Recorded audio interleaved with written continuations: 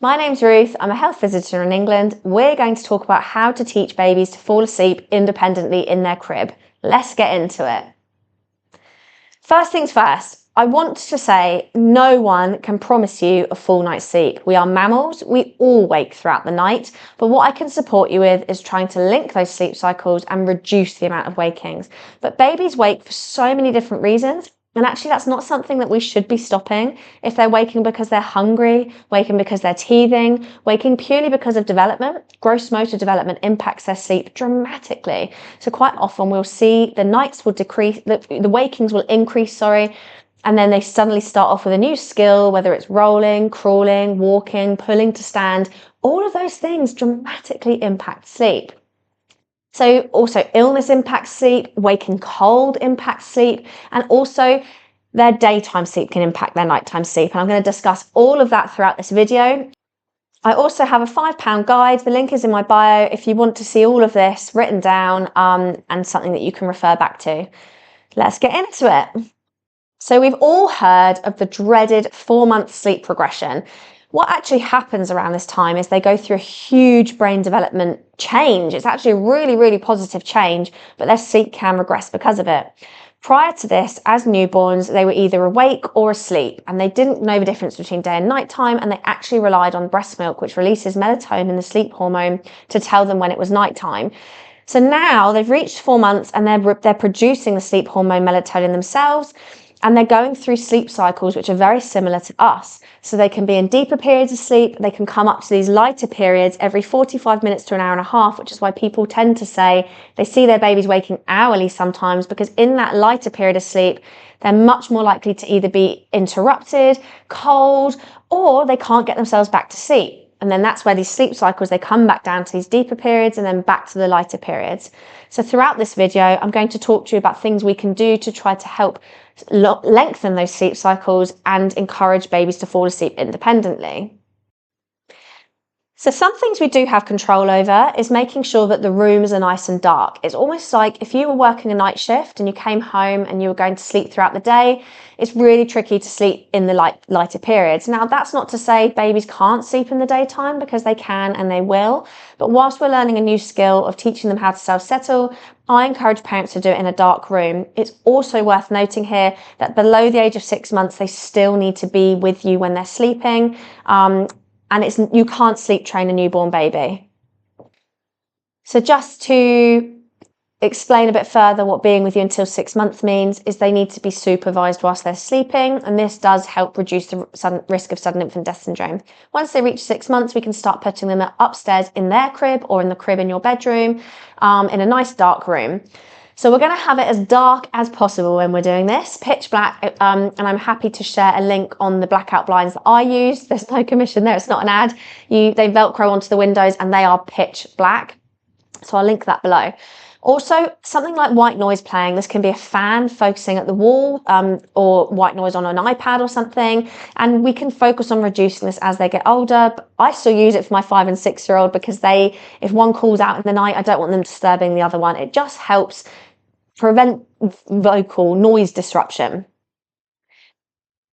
Also with white noise, it is thought to mimic the sound of the womb, but what's worth noting is that once the white noise is playing, then they start associating that with sleep, then it can help prevent wakings or some wakings throughout the night. Again, we're not trying to eliminate wakings. Feeding through the night until the age of 1 year old is completely developmentally expected. Milk is still their main source of calories until they are 1 year old. We can also see our baby's sleep deteriorate around the age of 8 months, where they go through another huge developmental change. And what's really important here is if you have already taught them how to self-settle and you think they've lost this skill, just lean into it for a little while, give them a week or two, because actually they are now experiencing separation anxiety. And give me a follow and a subscribe, because I'll do another video on how to handle the 8-month sleep regression and 8-month separation anxiety. But right now, let's discuss teaching them how to fall asleep independently. Now let's discuss the two hormones that typically interrupt but also aid sleep. We've got melatonin. Melatonin is the sleep hormone, and this tends to be released around dusk. We get into a bit of a habit of when we do release it, and it stops being released around 2 a.m. Now this is when, if we see lots of wakings beyond 2 a.m, the sleep hormone isn't on our side anymore. And this can be down to overtiredness, but this can also be down to undertiredness, which I'll get into throughout this video. Now, cortisol is the stress hormone, and this is believed to build up if our babies are having too much wake time throughout the day. So the length of the naps aren't as important as the length in between the naps. So in my sleep guide, there's a lot of information in there about a rough guideline around what kind of nap gaps we're looking for depending on the age of our babies. If you want me to do another video of this, then please comment that below, and that's something else I can focus on another day. So cortisol is the stress hormone, and what we believe cortisol to do is once that melatonin, and it can cause frequent wakings, and they're almost a little bit too wired to be sleeping for longer periods of time. So the situation is perfect, the room is nice and dark. Now when to start thinking about self-settling. We don't want to preempt starting with self-settling, because if they're undertired, it's not going to work and they're just going to become frustrated and it's going to become a bit of a mess. So there are 3 stages I like to tell parents to look for. 1, the sign that it's time to start getting upstairs. They're pulling at their ears, they're rubbing their eyes, they're starting to get a bit bored or frustrated with their toys. They're starting to stare into space a little bit. 2, they should be asleep now. So more than 3 yawns, they're starting to get quite clingy, maybe sucking their thumb or looking for their dummy if that's what they use to fall asleep. The eyelids are looking tired, they're starting to maybe flutter. You know when your baby is starting to get tired. Signs they should have been asleep probably 5 minutes ago. They're already crying, they're arching their back, they're really difficult to settle, maybe overactive. Now, when we are teaching babies to self-settle, we are going to see some signs of overtiredness because they're learning a new skill. We are going to see some signs that actually they should have been asleep 5 minutes ago. We need to put that to one side for a moment, because actually at the moment we're teaching them this skill, and then the theory will be that when you put them down, regardless of whether they're over, under, or should have been asleep 5 minutes ago, they will be able to roll over and settle themselves off to sleep. Okay, so let's get into the actual self-settling. I also want to state, not every baby will take to this. Some babies do require a different approach, which again, I'll put into another video, but this is purely talking about the pick up, put down method, which for some babies works absolutely beautifully. Now, when you start this, it's so important that you really do try to stick to this, because it otherwise creates inconsistency and a feeling of insecurity. They're learning a new skill, it's difficult, but you're going to be responding to them every single time they cry through physical touch. We're not leaving them, we're not doing control crying, we're not doing cry out. We are going to be teaching them how to fall asleep independently without leaving them when they cry. So the room is perfect conditions. We've talked about looking at signs that they're ready to go to sleep. What we want to do now is feed downstairs in the light or upstairs in the light. They're in their sleep sack. If you've got a comforter, introducing the comforter. But it's also worth noting, below the age of 1 year, the crib still needs to be clear. So if they have a comforter, they can only have it when they are being completely supervised. Otherwise, it's not a clear crib anymore. Beyond the age of 1, that's fine. They can have a comforter as long as it's, not going to tangle around their neck.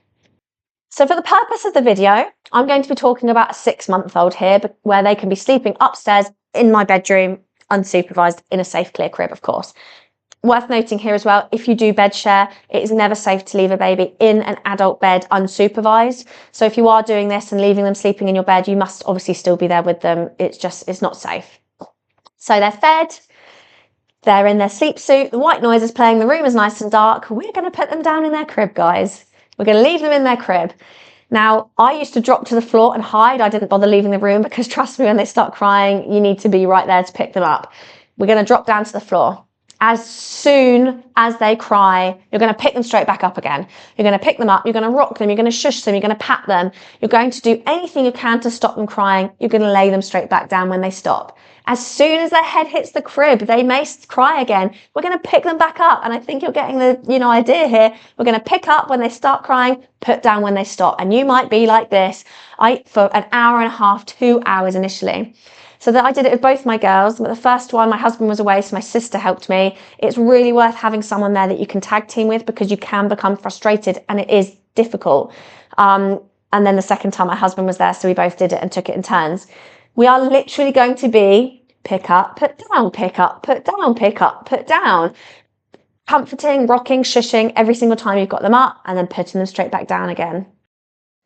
So you get the idea, picking up, putting down, picking up, putting down. Now, I used to, like I said, drop to the floor to hide. If you want to leave the room and there isn't much crying going on, because some take to this very, very well, others will take longer. Both mine took longer. Then you can be sat on a chair or sat on your bed. Ideally, the room is going to be as dark as possible, so we're hoping that they can't see you. Now, if your baby is of standing age or they're pulling themselves up to stand, I don't really recommend this method beyond the age of 18 months, and I'll do another video on what to do for older babies, toddlers and children. Also, I have got my £5 guide for older babies, toddlers and children, which will teach you how to stop rocking, feeding to sleep, co-sleeping, all that kind of stuff, but it is a bit different with them. So with babies that keep standing up, we're just going to put them back in the crib.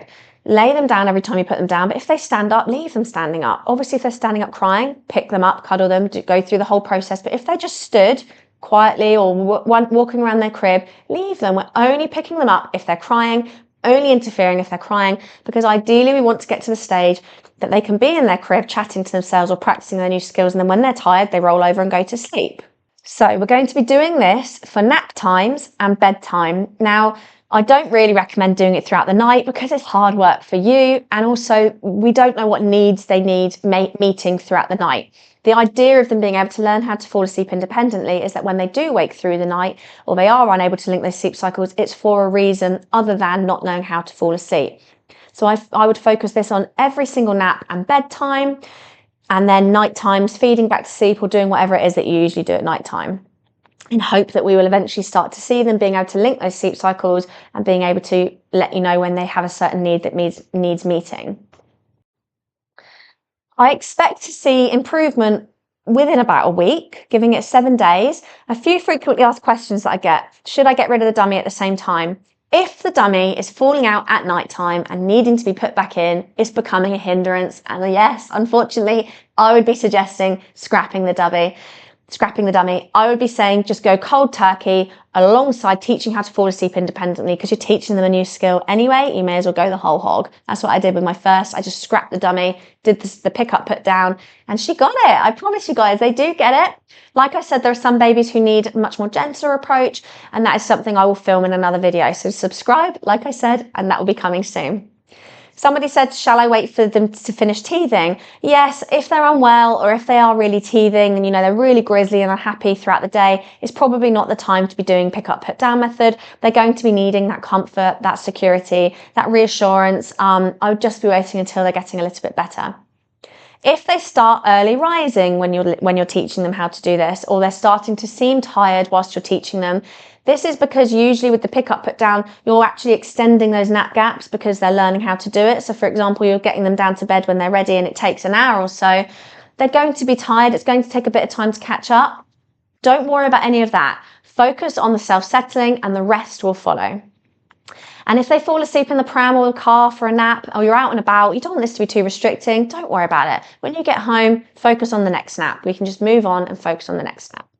So please let me know how you get on. Just to remind you, making sure that you don't preempt sleep, looking for those signs that they're getting tired, making that room perfect for the sleep environment, nice and dark, white noise playing, and you can't leave them unless they're 6 months and above. They need to be supervised when they're asleep, sorry. But I would really love to know how you get on with it and how long it takes you, because it's such a vast difference in different babies. And just to remind you, I do have a sleep guide that will talk you through this. It's £5, the link's in my bio. I've got an older baby and toddler one, and I've got several others on there, like a free toilet training one too. So please do take a look at that. If you have found this useful, I would really appreciate you either sharing, following, subscribing, liking, commenting. I want to reach as many parents as I can to try to support them. If you want to see any other videos, or you want me to do the videos that, support babies with much higher needs, who will struggle with this pick up, put down, again, comment below and you ask and you shall receive. Give me a follow on TikTok and Instagram, and yeah, good luck.